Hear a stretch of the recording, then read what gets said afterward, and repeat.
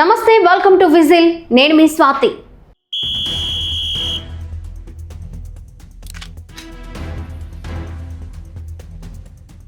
కర్నూలు వద్ద జరిగిన భయంకర బస్సు అగ్ని ప్రమాదం నేపథ్యంలో రాష్ట్ర వ్యాప్తంగా ట్రావెల్స్ బస్సులపై రవాణా శాఖ అధికారులు భారీ స్థాయిలో తనిఖీలు చేపట్టారు. గత 3 రోజులుగా అన్ని జిల్లాల్లో జరుగుతున్న ఈ తనిఖీల్లో ఇప్పటి వరకు మొత్తం 361 బస్సులపై వివిధ రకాల ఉల్లంఘనలకు కేసులు నమోదు చేయగా 40 బస్సులను సీజ్ చేశారు. ముఖ్యంగా ఆల్ ఇండియా పర్మిట్ తీసుకుని ఇతర రాష్ట్రాల్లో రిజిస్ట్రేషన్ చేసుకున్న బస్సులు ఆంధ్రప్రదేశ్లో నడుస్తున్నాయా? వాటి డిజైన్ రిజిస్ట్రేషన్ సర్టిఫికేట్లో ఉన్నట్లుగానే ఉందా? అత్యవసర ద్వారాలు ప్రయాణికులకు కనబడేలా ఉన్నాయా? వాటి వద్ద అదనపు సీట్లు లేదా బెర్తులు ఏర్పాటు చేశారా? అన్ని కిటికీల పక్కన అత్యవసర పరిస్థితుల్లో ఉపయోగించే సుత్తులు ఉన్నాయా? ప్రయాణికుల లగేజీకి బదులు పార్సిళ్లు రవాణా చేస్తున్నారా? ప్రయాణికుల జాబితా ఉందా? వంటి అంశాలను అధికారులు సవివరంగా పరిశీలించారు.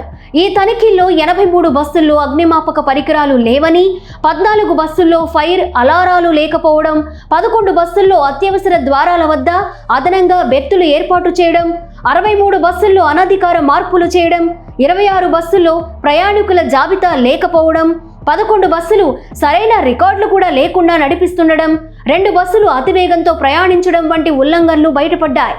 జిల్లాల వారీగా చూస్తే నంద్యాల జిల్లాలో 66, ఎన్టీఆర్ జిల్లాలో 42, పల్నాడు జిల్లాలో 36, ప్రకాశం జిల్లాలో 34, తిరుపతి జిల్లాలో 25, అన్నమయ్య జిల్లాలో 21, కర్నూలు జిల్లాలో 14 కేసులు నమోదయ్యాయి. సీజ్ చేసిన బస్సుల్లో అన్నమయ్య జిల్లాలో 6, కృష్ణా జిల్లాలో 4, డాక్టర్ బిఆర్ అంబేద్కర్ కోనసీమ జిల్లాలో 3 బస్సులు ఉన్నాయి. ఈ తనిఖీల ప్రభావంతో ఏపీ, తెలంగాణ రాష్ట్రాల్లో అనేక ట్రావెల్ సంస్థలు తమ బస్సు సర్వీసులను నిలిపివేశాయి. సాధారణంగా వారాంతాల్లో ట్రావెల్స్ బస్సులకు అధిక డిమాండ్ ఉంటుందేమో కానీ అధికారులు జరుపుతున్న కఠిన తనిఖీల కారణంగా అనేక యాజమాన్యాలు ఉల్లంఘనలు బయటపడతాయన్న భయంతో తమ బస్సులను రోడ్డుకెక్కించకుండా జాగ్రత్త పడుతున్నాయి.